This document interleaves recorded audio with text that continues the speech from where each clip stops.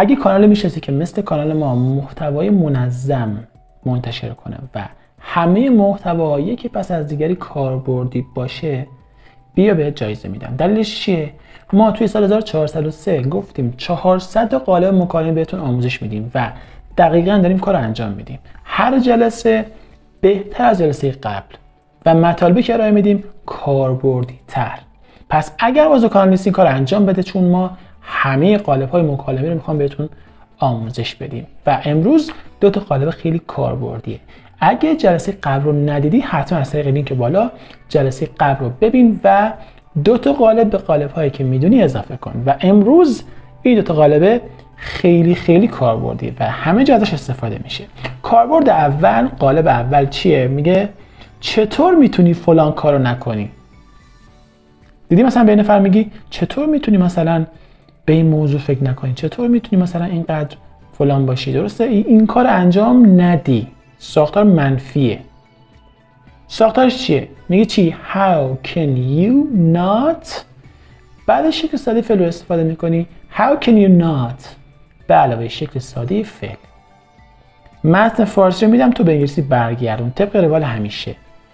چطور میتونی اون زمان رو یاد نیاری؟ یاد آوردن میشه چیه؟ Remember. Remember یعنی چی؟ به یاد آوردن. حالا بگو How can you not remember that time? How can you not remember that time? درست شد؟ چطور میتونی زمان رو یاد نیاری؟ How can you not remember that time? How can you not remember that time? How can you not remember that time? جمله بعدی چطور میتونی طرف من نباشی؟ بودن به انگلیسی میشه چی؟ be. درست شد؟ حالا میخوای توی این ساختار ازش استفاده کنی. میگه چی؟ How can you not be on my side? How can you not؟ بعد not بچه بیارم شکل ساده فعل be رو میارم. How can you not be on my side؟ یعنی چطور میتونی طرف من نباشی، از من حمایت نکنی. درست شد؟ How can you not be on my side? How can you not be on my side? How can you not be on my side? بعدی چطور میتونی بهش فکر نکنی؟ How can you not think about that? How can you not think about that? چطور میتونی بهش فکر نکنی؟ مثلا میخواد بگی چطور میتونی به اون فکر نکنی، به اون آقا فکر نکنی. میگی چی؟ How can you not think about him؟ درست شد؟ برعکسش هم میتونه باشه. درسته؟ How can you not think about that? How can you not think about that? How can you not think about that? خب تا اینجا آموزش، اگر آموزش رو دوست داشتی لایک بکن که از ما حمایت کرده باشی. خب جمله بعدی چطور میتونی ندونی؟ چطور میتونی ندونی؟ میگه چی؟ How can you not know؟ به همین سادگی. How can you not know? How can you not know? How can you not know? پس بچه‌ها خیلی کاربردی این ساختار، قشنگ یادش بگیر و برای تمرینت 1-2 تا جمله برای من همین الان کامنت کن. یعنی فیلم استاپ کن، کامنت کن، بعد دوباره برو آموزشو ادامهشو ببین. بریم سراغ قالب بعدی. قالب بعدی میگه چی؟ از نظر. مثلا دیدی میگه از نظر فلان چیز، مثلا میگه از نظر آب و هوا ایران خیلی خوبه، یا مثلا از نظر مثلا تکنولوژی فلان کشور خیلی عالیه. این از نظر رو میخوای چه جوری بگی؟ In terms of درست شد؟ In terms of یعنی of و of in terms of درست شد؟ حالا جمله قبل از in terms of میتونه بیاد، بعدش هم میتونه بیاد. مهم اینه شما میخوای چجوری استفاده کنی. ببین من یه متن فارسی بهت میگم، با همدیگه انجامش میدیم. میخوام بگم بهترین کشور از نظر آب و هوا. از نظر هوا میگیم چی؟ بهترین کشور میشه چی؟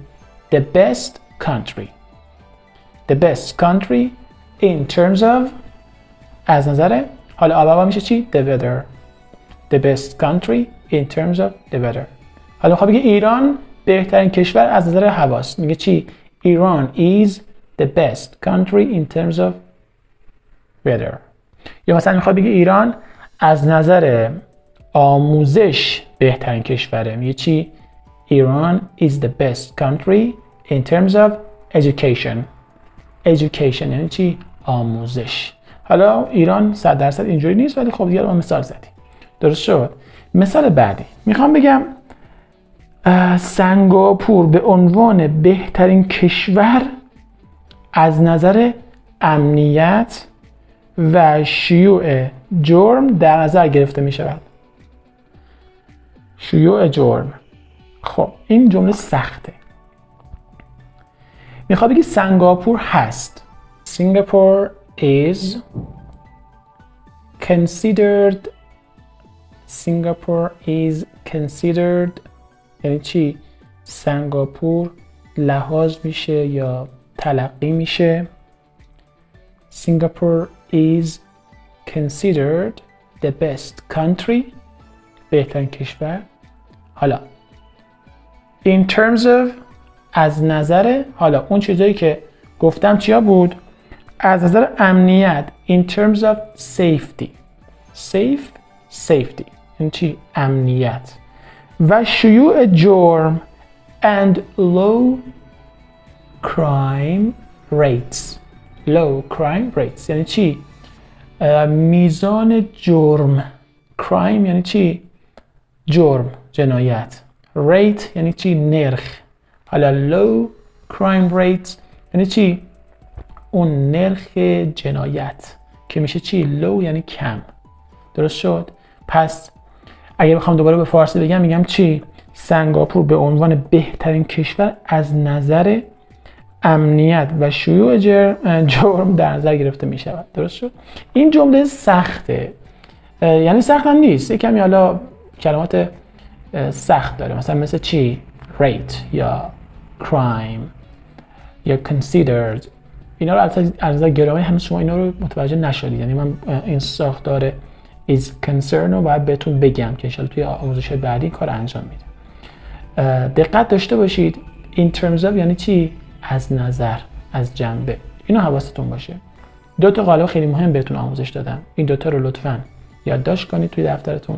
تمریناتش هم بفرستید. اگه این آموزش به دردت میخوره برای کس دیگه هم بفرست اونم استفاده کنه. و اگر هنوز عضو کانال نشدی این کار انجام بده چون ما یک شب در میون قالب‌های مکالمه رو بهتون به بهترین شکل ممکن آموزش میدیم. خدا نگهدارت.